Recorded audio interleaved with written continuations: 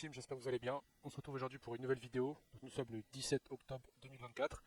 Ça fait un petit moment que j'ai pas fait de vidéo. En fait, pour être totalement franc, tout à fait franc avec vous, en fait, j'ai tourné une vidéo mardi, mais en fait, ça s'est mal enregistré. Et du coup, j'ai eu la flemme de retourner la vidéo, surtout que j'avais des impératifs de prévus. Donc, j'ai juste fait des petits tweets pour expliquer un petit peu ma vision du marché où j'explicitais notamment un petit peu ces trois scénarios. Donc le premier scénario, le scénario boule, où on partirait d'une traite, péter en fait tous les anciens plus hauts de ce canal descendant, aller chercher très vite un nouvel ATH pour ne laisser le temps à personne de rentrer dans le train. Un deuxième scénario qui était plus donc neutral, bullish, donc qui consistait à ranger dans la portion haute du canal descendant, puis décourager un petit peu les investisseurs avant de break à la hausse. Et enfin, le scénario un petit peu plus bearish qui consistait à aller chercher cette imbalance qu'on avait ici, à la travailler et ensuite à aller casser et chercher beaucoup plus bas. Donc j'ai pas de target beaucoup plus bas, pour être tout à fait franc avec vous. Mais en tout cas, c'est le scénario. Pour le moment, moi ce que j'en pense, c'est qu'on peut peut-être exclure le scénario neutre. Sauf si vraiment Bitcoin retourne dans cette portion haute et commence à ranger un petit peu. Mais là, pour le moment, on a eu un break à la hausse de ce canal descendant. On a eu ce retravail de cette imbalance là. À voir comment le prix se comporte, on voit que cette imbalance a été totalement travaillée. Donc là, on va pouvoir la retirer. Donc maintenant, qu'est-ce que va faire le prix Deux scénarios possibles.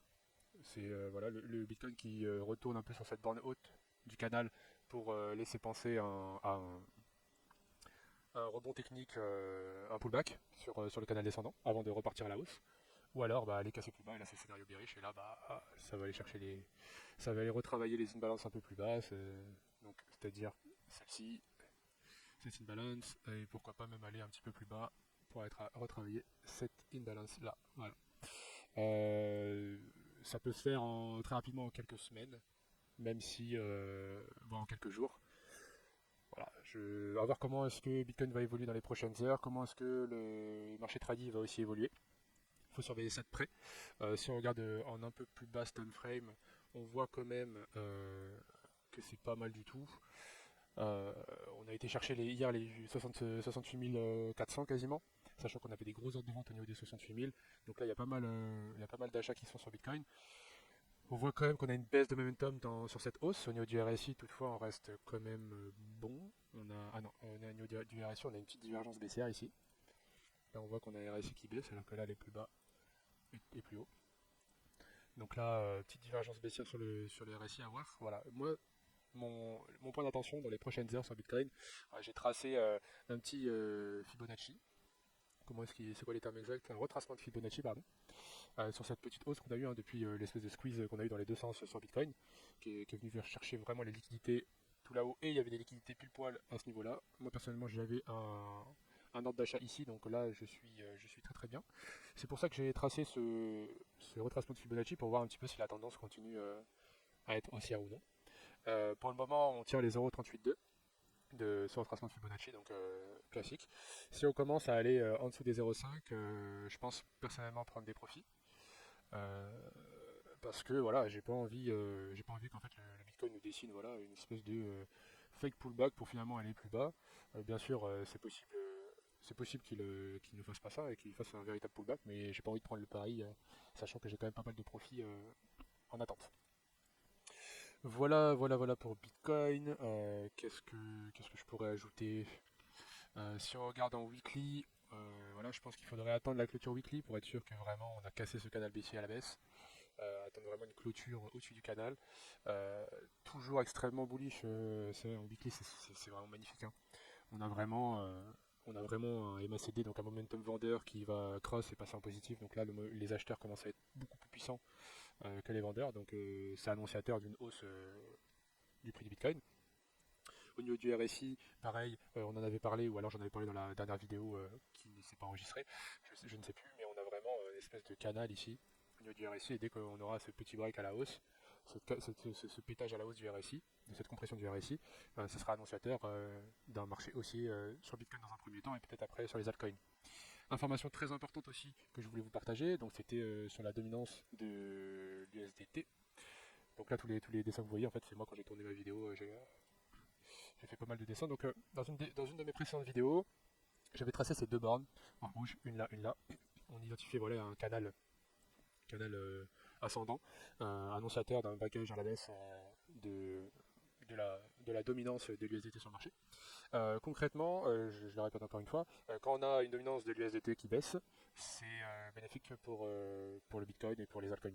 Quand on regarde par exemple, voilà, là si je prends du 11 septembre 2023 au 25 mars, donc du 11 septembre 2023, c'est ici, mars 2000, jusqu'au 25 mars 2024, voilà ce qui s'est passé sur Bitcoin. Bitcoin est passé de 25 000 à 70 000. Donc là, graphique à surveiller dès qu'on va break. Franchement, en clôture, weekly, daily, ce canal descendant, ce sera très très bullish pour les crypto-monnaies. On l'avait break il y a un jour ou deux. Ouais, je vais mettre en daily comme ça on va pouvoir le voir. D'ailleurs, là en daily, on est carrément passé en dessous. Alors, est-ce que là c'est un rebond technique sur cette borne basse avant d'aller plus bas, ou est-ce qu'on va le réintégrer? C'était juste un fake out, et du coup, dans ce cas-là, peut-être qu'on pourrait remonter, pourquoi pas aller chercher la borne haute, ou alors au moins le milieu de canal, je sais pas. Mais dans tous les cas, voilà, dès qu'on aura une confirmation un peu plus concrète en weekly de ce braquage à la baisse de ce canal sur la dominance de l'USDT, ça sera annonciateur d'un début de bull run, pourquoi pas. Quand est-ce qu'il faut regarder pour être sûr que pour savoir un peu quand est-ce qu'on va avoir cette fin de période haussière sur le Bitcoin, vous pouvez regarder notamment au niveau du MACD. J'ai vu que c'est un indicateur qui était vraiment pas mal, même sur la dominance de l'USDT. Exemple, hop, là vous voyez, on a un MACD qui nous fait un W. À partir du moment où il a commencé à former ce W et a eu une perte de momentum baissier, donc sur la dominance de l'USDT, on voit que c'est cette période-là en fait qui correspondait en fait à la fin de la période haussière sur Bitcoin. Et dès qu'on a cross au niveau du MACD au-dessus du zéro, c'est là qu'on a commencé à avoir une baisse progressive sur le Bitcoin et des altcoins qui ont commencé à souffrir. Pareil, à contrario, dès qu'on a un MACD qui était positif et qui commence à cross les zéros, comme ici, là on peut s'attendre donc à un momentum beaucoup plus baissier sur la dominance de l'USDT et donc à une période beaucoup plus bullish sur le Bitcoin et les altcoins. Et là c'est précisément ce qu'on est en train de voir. On est en weekly, je le rappelle, donc c'est en très haut time frame, c'est des indicateurs puissants. Donc là, on voit quoi? On voit MACD qui est en train de perdre en puissance acheteuse, et donc dès qu'on va commencer à cross le niveau des zéros, ça va être un signal fort d'achat des crypto-monnaies. À voir après comment va être le momentum baissier, ce qui va être plus ou moins important. Là, on peut voir par exemple qu'ici il était vraiment minime. Mais voilà, en tout cas, c'est un signal fort d'achat de crypto-monnaies. À surveiller. Voilà, écoutez, c'était tout pour l'analyse technique. Personnellement, j'ai pas d'autres choses à ajouter, si ce n'est que voilà, ce qui m'inquiétait un petit peu là sur Bitcoin en low time frame, c'est que vraiment on enchaînait les plus bas et qu'on n'allait pas les chercher. Là, écoutez, on a une petite mèche qui a commencé à les chercher, qui s'est fait tout de suite ravaler. Toutefois, je pense que dans les prochaines heures, on va rapidement aller chercher ces plus bas ici, là, parce qu'on a pas mal de plus bas à aller chercher, là, toute cette zone-là. Pourquoi pas aller un retest un petit peu de l'imbalance qu'on a juste ici. Je vais zoomer un petit peu pour que ça soit plus visible. Je vais tracer, ça va être plus simple. Hop. Donc là, pour moi, en fait, on a toute cette zone de plus bas à aller chasser. Il y a plein de plus bas ici, ici. Donc tout ça, il faut aller le chercher. Et une fois que ce sera fait, on peut avoir un retest de cette imbalance juste là. Mais il faut que ça soit très vite racheté. Je veux pas avoir un prix commencer à s'établir à retourner dans le canal parce que là, pour le coup, ça serait plutôt mauvais sur le court terme pour Bitcoin. Voilà. J'ai rien d'autre à ajouter personnellement.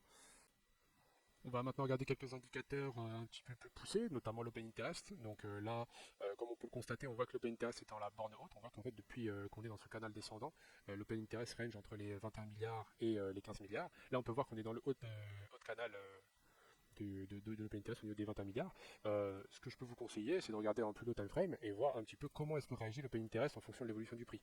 Si par exemple vous avez un open interest qui commence à baisser drastiquement et un prix qui commence à stagner, ça peut être annonciateur d'une baisse généralement. Pareil, je vous invite à regarder aussi les fundings. Parce que voilà, si on a des fundings qui commencent à cross en négatif alors que le prix reste quand même haut, ça veut dire qu'il y a pas mal de gens qui sortent le marché et donc un squeeze à la hausse qui pourrait se faire. Encore une fois, je le répète, les fundings ont beau avoir augmenté ces derniers jours, dernières semaines, on est encore très très loin des périodes d'euphorie qu'on a pu connaître au mois de mars ou fin d'année, début janvier, lors du lancement des ETF BlackRock, enfin des ETF d'ailleurs aux États-Unis simplement. Donc il ne faut pas croire que là la machine s'emballe. On peut retracer et punir encore certaines personnes, mais on est très très loin des périodes d'euphorie. Donc si jamais Bitcoin part à la hausse, il y a de l'upside, il y a Enfin, il peut aller chercher beaucoup plus haut. On se retrouve désormais sur l'analyse un peu plus on-chain. Donc là, je vais vous montrer la supply Bitcoin en perte des investisseurs long terme, des holders long terme. Donc là, qu'est-ce qu'on peut remarquer? On remarque que il y a à peu près 10% de la supply des long term holders qui est en perte. C'est c'est quelque chose. Enfin, j'ai regardé un petit peu ce qui s'était passé dans les précédents bullruns. Et voilà, généralement, quand le pourcentage est assez haut, c'est-à-dire que là, on est vraiment dans le dur du bear market. A contrario, quand il est à zéro, bah, c'est que on est quasiment en top de marché, ou alors on est en bull run. Là, on peut voir qu'on est aux alentours des voilà, entre 8, les 8 et 12%, on va dire. Et on peut voir que c'est ce qui s'était déjà produit en fait, lors du bull run précédent. On voit que voilà, quand on était dans le dur du bear market, le pourcentage est établi à 45%, il est très vite descendu très bas, puis après il y a eu le Covid, c'est monté assez haut, et on a eu une rebaisse jusqu'à 5%, et on a eu une petite remontée, en fait, on a eu vraiment cette petite frayeur en septembre 2020, qui a fait sortir, je pense, pas mal de gens du marché, et qui a augmenté la supply des long-term holders en perte. Juste avant une puissante augmentation. Alors peut-être, est-ce que c'est ça qu'on a connu, qu'on est en train de connaître là du moins. Parce que voilà, on a vraiment eu une poussée en fait de la supply des long-term holders de Bitcoin en perte jusqu'à 13,4%. Et là, on est en train de redescendre petit à petit, mais ce taux reste quand même élevé. Donc, est-ce que on peut faire un copier-coller de ce qui s'est passé dans le passé? Je sais pas, mais en tout cas, c'est un indicateur que je trouvais pertinent à partager. Ensuite, on va regarder donc les profits et pertes réalisés des long-term holders. Donc, ça, c'est peut-être un petit peu plus, comment dire, attendez, hop, je vais pas faire ça comme ça, je vais faire ça comme ça. C'est peut-être un petit peu plus négatif, entre guillemets, parce qu'on voit qu'il y a eu pas mal de profits qui ont été pris de la part des long-term holders lors de la récente hausse qu'on a eue. Là je suis en SMA 7, mais si je me mets en 1, ça va être plus précis.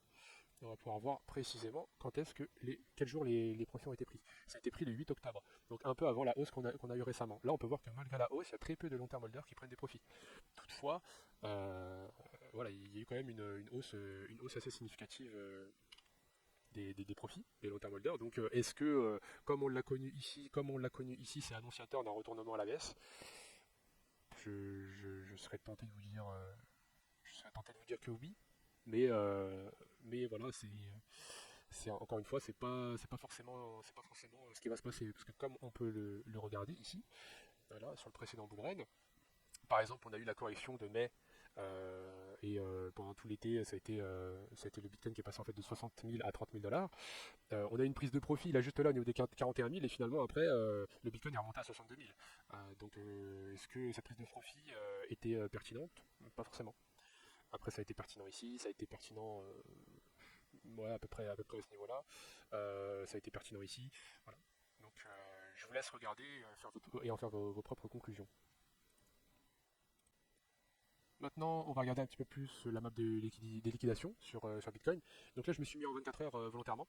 C'était juste pour vous montrer, voilà, depuis ce matin, en fait, on a vraiment cette zone un peu de liquidité qui était identifiée au sud. Je crois même que si on se met en 12 heures, elle est un peu plus visible. Voilà. On avait pas mal de liquidations à aller chercher au sud. On voit qu'elles ont été cherchées. Maintenant, le Bitcoin range un petit peu. Pour moi, la target court terme, c'est vraiment d'aller chercher les 68 180, puis voir un peu comment est-ce que le Bitcoin réagit dans cette zone. On voit qu'il y a pas mal de liquidités au nord à aller chercher. Personnellement, moi, voilà, maintenant que ces liquidités ont été cherchées, je m'attends à ce que le prix commence à aller au nord pour aller chercher un peu tout ça, toutes ces liquidités. Encore une fois, je crois que je ne l'avais pas identifié, mais là, je le vois et c'est assez visible. Hop, on a un plus haut, on a des sommets à aller chercher maintenant sur Bitcoin, hein. On a pas mal de sommets à aller chercher. Si le Bitcoin continue, enfin ne commence pas à péter à toute berzingue à la baisse. Voilà, on va se mettre dans un peu plus grosse time frame en 2 weeks. 2 weeks, qu'est-ce que ça donne? Ça donne rien d'intéressant. Une semaine, qu'est-ce qu'on a? Ben, on voit qu'on a pas mal de liquidités au nord, mais on a aussi un gros cluster au sud, au niveau des 61 000.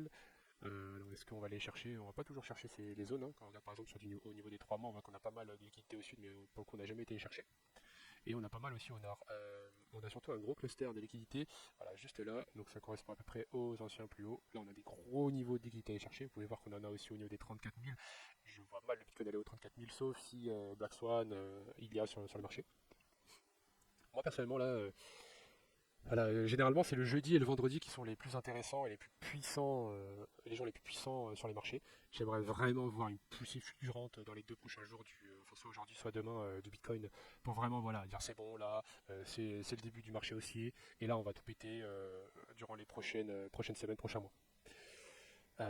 Voilà pour Bitcoin. Je me permets juste de faire une petite aparté sur Tao, parce que je trade aussi pas mal Tao. Alors, Tao en 48 heures, non, 24 heures, non, 3 jours, c'était où que j'avais vu la zone de liquidité. Tac, tac, tac, tac, tac, ouais, sur Tao, en fait, donc ça c'était hier, ou avant, non, ouais, c'était hier. Donc hier, en fait, on avait le Tao, voilà, il y avait cette zone de liquidité, là, 50 millions de liquidation à ce niveau-là. Moi, je m'attendais à ce qu'on aille chercher cette zone de liquidité. On a été allé chercher, là, on est en train de ranger depuis. Mais on a pas mal de liquidations qui sont en train de s'accumuler au nord. Donc, moi, je m'attends toujours à un retournement sur le Tao. Je reste patient, je suis toujours positionné dessus. Comme je vous ai dit dans une dernière vidéo, pour moi, Tao, ça peut aller entre, je dirais, les 1000 et 2000 dollars lors du futur bull run. Donc, c'est pas le moment de vous délester des tokens qui ont vraiment un potentiel et une évolution importante. Au niveau du calendrier économique, cette semaine, on était plutôt tranquille. Euh, pour moi, il y a juste deux échéances à suivre là dans les prochaines minutes et demain. Là, dans 50 minutes, on a les inscriptions hebdomadaires au chômage. Donc très important pour voir un petit peu comment se situe le marché américain de l'emploi et comment est-ce que la Fed pourrait réagir en fonction des résultats. Donc là, on a des anticipations qui s'établissent à 141 000 inscriptions au chômage contre 258 000 précédemment. Pareil, demain, on a le PIB de la Chine qui va sortir. Normalement, il devrait s'établir à 4,6. Si c'est au-dessus, c'est cool. Si c'est en dessous, ça pourrait peut-être faire crier un petit peu les marchés. Et pourquoi pas encourager la Chine à continuer un petit peu ses incentives monétaires. La Chine qui a imprimé pas mal d'argent et qui va continuer à imprimer, à injecter pas mal de liquidités sur les marchés. Donc ça, c'est très très très très positif pour les actifs à risque. Euh, voilà. Mais à court terme, ça pourrait faire corriger un petit peu les marchés. Maintenant, quelques points d'actualité que j'ai relevés sur Twitter, des informations plutôt importantes. La première information, donc, c'est partagée par Khan Academy, qui nous informe que Robinhood officialise l'arrivée du trading de futurs sur Bitcoin et Ethereum sur sa nouvelle plateforme Legend. Alors, Robinhood, il faut savoir que c'est vraiment une des applications de trading, si ce n'est l'application de trading la plus connue aux USA. Beaucoup d'Américains investissent dessus et l'utilisent. Que le Bitcoin et l'Ethereum soient accessibles sur leur plateforme en futur, c'est très bien. Ça amène de la liquidité, ça amène des personnes, ça amène pas mal de gens à injecter des liquidités sur le Bitcoin et à se faire défoncer. Parce que si les mecs ils gèrent pas leurs émotions, si les mecs ils se font manipuler par le marché et les médias de masse, bref, ça amène plus de liquidité et plus d'exit pour les whales. Donc c'est parfait. Ensuite, information du jour en France, donc c'est relié par Journal du Coin. Nos petits députés à nous en France qui commencent à péter un boulard, à vouloir augmenter l'imposition sur la flat tax, donc sur les plus-values des actifs financiers traditionnels, mais aussi crypto-monnaies. Donc aujourd'hui, la flat tax elle est à 30%, et de ce que j'ai compris, ils voudraient le monter à 33% pour tout le monde et à 37,2% pour toutes les personnes qui auraient un revenu fiscal annuel supérieur à 250 000 euros. Écoutez, je ne sais pas trop quoi en penser. La vérité, c'est que en fait, les ultra riches, ils trouveront toujours un moyen de faire de l'évasion fiscale et de ne pas payer cet impôt. Et les classes moyennes et en fait, toutes les autres, toutes les autres classes en fait, de gens, ils vont subir encore cette augmentation des impôts, en plus des impôts de hausse sur l'énergie, etc., etc. Voilà, il faut bien financer nos députés qui sont payés je ne sais combien de milliers d'euros, qui font 50 000 mandats, qui ont des retraites à 30 000 balles. Voilà, on est des bons pigeons en France. Quand est-ce que la révolution va se faire? On se le demande. Ensuite, une autre information très intéressante de Cointelegraph qui nous montre en fait que voilà, il y a vraiment de moins en moins de bitcoins qui sont détenus sur les exchanges. Là, on peut voir qu'on est à 2 millions, à 2 millions 700 000, sachant que quand on était au pic au niveau des 70 000, on était au niveau des 3 millions. Donc ça fait quand même quasiment 400 000 300 000 pardon, bitcoins qui ont été sortis des exchanges. C'est-à-dire que les personnes hold leur bitcoin et donc pour une augmentation à la hausse du bitcoin, c'est très intéressant. C'est-à-dire que les gens sont plutôt long terme et sont confiants dans l'évolution à la hausse du prix du bitcoin. Je me permets de vous partager encore quelques petits articles que j'ai relevés. Le premier est sur Coindesk, qui titre Les gestionnaires de patrimoine privé asiatiques adoptent la crypto. Certains prévoient que le bitcoin atteindra 100 000 dollars d'ici la fin de l'année. On peut voir que c'est très très positif à long terme pour le bitcoin.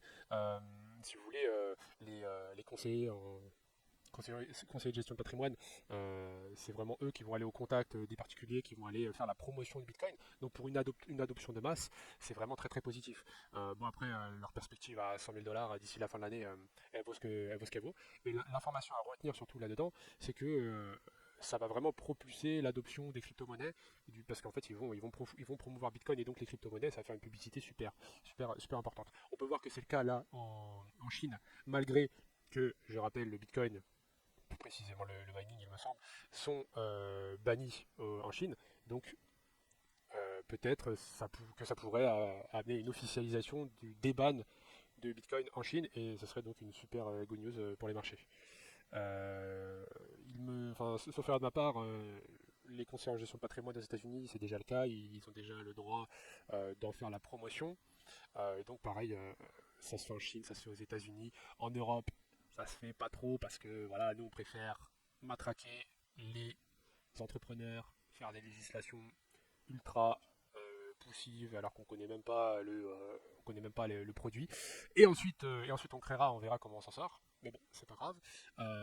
Mais ça se fera naturellement en Europe et en France. Moi personnellement, j'ai travaillé avec pas mal de conseillers en gestion de patrimoine. Il y a 3 ans, quand le sujet de Bitcoin pouvait venir sur la table, ils ne savaient pas du tout ce que c'était. Pour eux, c'était un Ponzi, ça n'avait ni queue ni tête. Mais dès qu'il commençait à avoir des rumeurs de BlackRock qui allait faire son ETF, que le Bitcoin commençait à être à faire des nouveaux plus hauts et que ça commençait il y avait des gros investisseurs qui commençaient à leur parler dans leur entourage, parce que les particuliers, eux, vont leur en parler pour savoir comment est-ce qu'eux ils peuvent investir. Ils ont commencé à s'y intéresser petit à petit. Bon, ils sont encore bien loin de comprendre les tenants et les aboutissants, mais ça va venir petit à petit. Et c'est toujours une bonne promotion, une bonne publicité, un bon marketing pour Bitcoin et les crypto-monnaies.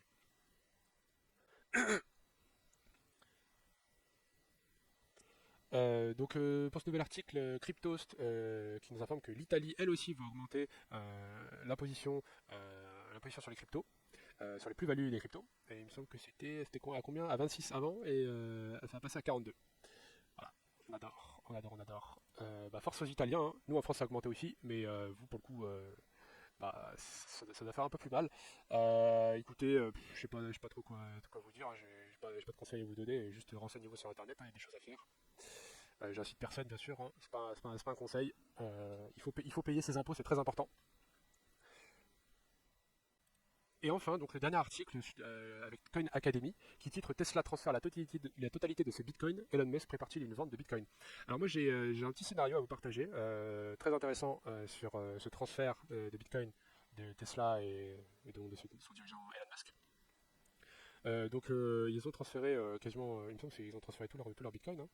Ouais, et ils ont transféré quasiment 800 millions de dollars de bitcoin. Alors, ça peut être une information négative. Moi, personnellement, je pense que ce n'est pas le cas. Je pense que c'est juste une manipulation des médias pour faire peur au plus grand nombre. Qu'est-ce que je verrais, moi, bien? Je verrais bien. Voilà, je vous montre juste un petit graphique de Dodge. On va regarder en weekly. Voilà. Alors, le Dodge. Qu'est-ce qui nous fait le Dodge?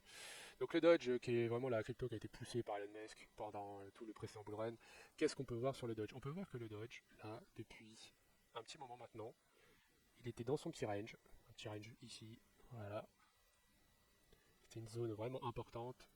On voit que c'est une zone qui a fait pas mal de résistance, qui a servi pas mal de support. Et là, qu'est-ce qu'on peut voir? On peut voir que là, le Dodge nous fait pas mal de... nous fait des petits W, tout joli. Et là, il a commencé à péter à la hausse. Et donc, si là le Dodge continue sur cette lancée, normalement, on va commencer à avoir de beaux W, une accélération haussière assez fulgurante sur le Dodge. De plus, là on est en weekly, on a MACD qui va le cross positif, donc momentum acheteur qui va arriver. Le RSI pareil qui continue de nous faire des W et des plus hauts de plus en plus haut et des plus bas de plus en plus haut. Si ça continue sur cette lancée, on pourrait vraiment avoir une hausse assez fulgurante sur le Dodge. Donc Dodge, Tesla, Elon Musk, transfert Bitcoin, ne vous inquiétez pas, ça va venir, la logique va venir. On a aussi Elon Musk qui nous a annoncé qu'il allait lancer X-Payment avec anciennement Twitter, c'est le nouveau site internet, la nouvelle application X. Donc en fait, moi, à quoi est-ce que je m'attends? Je m'attends à ce que dans les prochaines semaines, moi, c'est de la pure spéculation, hein, mais c'est une fractale que je vous partage. je m'attends à ce que dans les prochaines semaines, mois, on ait Elon Musk qui nous sort voilà, son nouveau service de paiement X-Paiement sur X. Voilà, possibilité de payer en Dodge, sachant qu'eux, ils vont avoir des réserves en Bitcoin. Pour backer un petit peu, donc je sais pas comment est-ce que ça va s'organiser, mais en tout cas eux ils vont avoir des réserves pour backer un petit peu et pour faire fonctionner le système de paiement.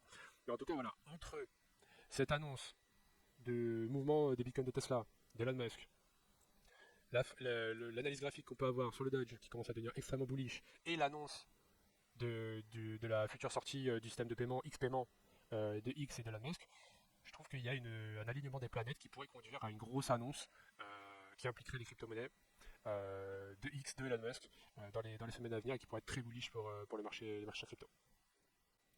Voilà, écoutez les amis, j'espère que cette vidéo vous aura plu. J'ai essayé d'être le plus explicatif possible. Sur ce, je vous invite à rester vraiment très attentif à ce que va nous produire le Bitcoin dans les prochaines heures, prochains jours. Surveillez surtout la clôture weekly sur le Bitcoin et sur la dominance de l'USDT. Faites attention aux leviers. Si vous prenez des leviers, essayez de les mettre assez bas, de sorte à ce que vous ne faites pas squeeze et liquider vos positions. C'est vraiment le pire moment pour perdre des liquidités, sachant que là on va commencer on s'approche de plus en plus en fait de l'entrée en bull run.